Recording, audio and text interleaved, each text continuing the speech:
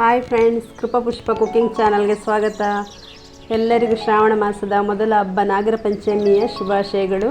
ನೀವು ಇವತ್ತು ಮೊದಲ ಬಾರಿಗೆ ನನ್ನ ಚಾನಲ್ನ ನೋಡ್ತಾ ಇದ್ದರೆ ನನ್ನ ಚಾನಲ್ನ ಲೈಕ್ ಮಾಡಿ, ಶೇರ್ ಮಾಡಿ, ಸಬ್ಸ್ಕ್ರೈಬ್ ಮಾಡಿ, ಪಕ್ಕದಲ್ಲಿರೋ ಬೆಲ್ ಐಕನ್ನ ಕ್ಲಿಕ್ ಮಾಡಿ. ನಾನಿವತ್ತು ನಾಗರ ಪಂಚಮಿ ವಿಶೇಷವಾದ ಅರಿಶಿನ ಎಲೆಯ ಗಟ್ಟಿಯನ್ನು ಮಾಡ್ತಾ ಇದ್ದೀನಿ. ಇದಕ್ಕೆ 1 kg ರೇಷನ್ ಅಕ್ಕಿನ ನೆನೆ ಹಾಕಿದ್ದೆ, ಒಂದು 3 ಗಂಟೆ ಕಾಲ ನೆನೆ ಹಾಕಿದ್ದೆ. ಈಗ ಅದನ್ನೊಂದು ಮಿಕ್ಸಿ ಜಾರಿಗೆ ಹಾಕ್ತಾಯಿದ್ದೀನಿ. ಅದಕ್ಕೆ ಒಂದು ಅರ್ಧ ಕಪ್ಪು ತೆಂಗಿನ ತುರಿಯನ್ನು ಸೇರಿಸ್ತಾ ಇದ್ದೀನಿ. ಕೆಲವರು ಸೇರಿಸಲ್ಲ, ನಾನು ನೋಡೋಣ ಒಂದು ಸ್ವಲ್ಪ ಟೇಸ್ಟ್ ಬರುತ್ತೆ ಅಂತೇಳಿ ಹಾಕ್ತಾಯಿದ್ದೀನಿ. 1 ಸ್ಪೂನು ಉಪ್ಪು ಹಾಕಿದೆ. ಒಂದು ಅರ್ಧ ಲೋಟ ನೀರು ಹಾಕಿದರೆ ಸಾಕು. ಯಾಕಂದರೆ ಹಿಟ್ಟು ಹೆಚ್ಚು ನೀರಾದ್ರೂ ಅದು ಬಾಳೆ ಎಲೆ ಮೇಲೆ ಅಣಿಸೋಕ್ಕೆ ಕಷ್ಟ ಆಗುತ್ತೆ. ಅದಕ್ಕೆ ಮೀಡಿಯಮಲ್ಲಿ ಅದನ್ನು ನೈಸ್ ಮಾಡಿ ಕಡಿಬೇಕು ಅಕ್ಕಿನ. ಈಗ ನೋಡಿ, ಒಂದು ಬೌಲಿಗೆ ಹಾಕ್ಕೊಳ್ತಾ ಇದ್ದೀನಿ.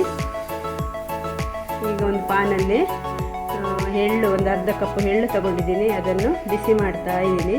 ಫುಲ್ಲೇನು ಬಿಸಿ ಆಗೋದೇನು ಬೇಕಾಗಿಲ್ಲ, ಒಂದು 2 ನಿಮಿಷ ಹುರಿದ್ರೆ ಸಾಕು. ಅದು ಈಗ ಹೂರ್ಣ ಮಾಡ್ಕೊಳ್ಳೋಕ್ಕೆ 1 ಕಪ್ಪು, 1-1.5 ಕಪ್ಪು ತೆಂಗಿನಕಾಯಿ ಮತ್ತು 1 ಕಪ್ಪು ಬೆಲ್ಲ, ಒಂದು ಅರ್ಧ ಕಪ್ಪು ಅದೇ ಆಗ ಹುರಿದಿಟ್ಕೊಂಡಿದ್ನಲ್ಲ ಎಳ್ಳು, ಅದನ್ನು ಸೇರಿಸಿ ಮಿಕ್ಸ್ ಮಾಡ್ತಾ ಇದ್ದೀನಿ. ಇದು ಸ್ವೀಟ್ ಆದಷ್ಟು ಚೆನ್ನಾಗಿರುತ್ತೆ. ಹೂರ್ಣ ರೆಡಿಯಾಗಿದೆ. ಈಗ ನಾನು ಒಂದು 20 ಎಲೆ ಕುಯ್ಕೊಂಡಿಟ್ಕೊಂಡಿದ್ದೆ ಅರಿಶಿನ ಎಲೆನ, ಅದನ್ನು ಚೆನ್ನಾಗಿ ತೊಳಿತಾ ಇದ್ದೀನಿ. ಅದು ಎಲೆ ದೊಡ್ಡದಾದರೂ ಚೆನ್ನಾಗಾಗಲ್ಲ, ಮೀಡಿಯಮ್ ಸೈಜ್ ಆದರೆ ತುಂಬ ಚೆನ್ನಾಗಿರುತ್ತೆ. ಮೀಡಿಯಮ್ ಸೈಜ್ ಎಲೆನೇ ಕೊಯ್ದಿದ್ದೀನಿ ನಾನು. ಈಗ ನೋಡಿ, ಅದ್ರ ಸೈಡೆಲ್ಲ ಕಟ್ ಮಾಡ್ಕೋಬೇಕು, ಆ ಕಡೆ ಈ ಕಡೆ ಕಟ್ ಮಾಡಿಕೊಂಡು ಅದನ್ನು ಚೆನ್ನಾಗಿ ಒರೆಸ್ಕೊತಾ ಇದ್ದೀನಿ. ನೀರಿರಬಾರ್ದು ಎಲೆ ಮೇಲೆ. ಈಗ ನಾನು ಆಗಲೇ ಕಡ್ದಿಟ್ಕೊಂಡಿದ್ನಲ್ಲ ಅಕ್ಕಿ ಹಿಟ್ಟು, ಅದನ್ನು ಹಾಕ್ತಾಯಿದ್ದೀನಿ.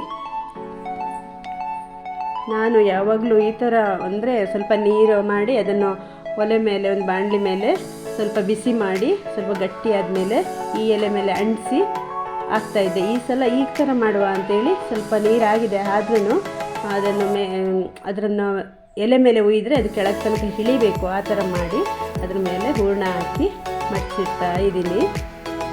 ನೋಡಿ, ಈಗ ಎಲೆ ಮೇಲೆ ಹಾಕಿ ಅದು ಕೆಳಗಡೆ ಇಳಿತಾ ಇದೆ ನೋಡಿ. ಅಂದರೆ ಅದು ಕೆಳಗಡೆ ಬೀಳಬಾರ್ದು, ಆ ಹದದಲ್ಲಿ ಕಡ್ದಿಟ್ಕೋಬೇಕು. ಮಧ್ಯದಲ್ಲಿ ಹೂರ್ಣ ಸೇರಿಸಿ ಆಮೇಲೆ ಅದನ್ನು 2 ಕಡೆ ಫೋಲ್ಡ್ ಮಾಡಿ ಮಡ್ಚಿಟ್ರೆ ಆಯಿತು. ತುಂಬ ಈಸಿ ಇದು ಮಾಡಲಿಕ್ಕೂ, ಏನು ಕಷ್ಟ ಏನಿಲ್ಲ, ತಕ್ಷಣವೇ ಮಾಡಿಬಿಡ್ಬೋದು. ನಾನು ಆಗಲೇ ನೀರು ಬಿಸಿಗಿಟ್ಟಿದ್ದೆ ಇಡ್ಲಿ ತಪ್ಪಲೆಯಲ್ಲಿ, ಅದು ಬಿಸಿಯಾಗಿದೆ. ಬಿಸಿ ಆದ ತಕ್ಷಣ ಇದನ್ನು ಇಡ್ತಾ ಇದ್ದೀನಿ.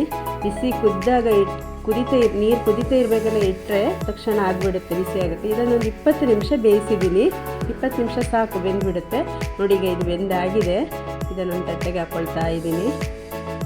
ಈ ಒಳಗಡೆ ಬರಬೇಕಾದ್ರೇ ಘಮ ಘಮ ಅಂತ ಇತ್ತು, ಅಷ್ಟು ಸ್ಮೆಲ್ಲು. ಅದು ಅರಿಶಿನ ಎಲೆದು ಅಷ್ಟು ಚೆನ್ನಾಗಿರುತ್ತೆ ಫ್ಲೇವರು, ಒಂಥರ ತುಂಬ ಇಷ್ಟ ಆಗುತ್ತೆ ಅದ್ರದ್ದು ಘಮ ಘಮ ಸ್ಮೆಲ್ಲು.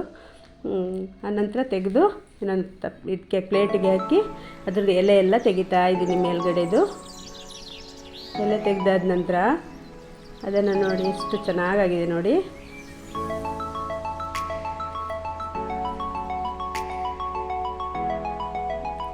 ಈಗ ಅದನ್ನು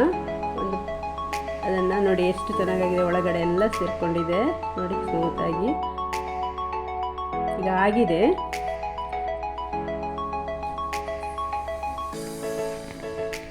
ಅರಿಶಿನ ಎಲೆ ಗಟ್ಟಿ ರೆಡಿಯಾಗಿದೆ. ಈ ನನ್ನ ರೆಸಿಪಿ ಇಷ್ಟ ಆಗಿದ್ದರೆ ಸಬ್ಸ್ಕ್ರೈಬ್ ಮಾಡೋದನ್ನು ಮರಿಬೇಡಿ. Bye friends.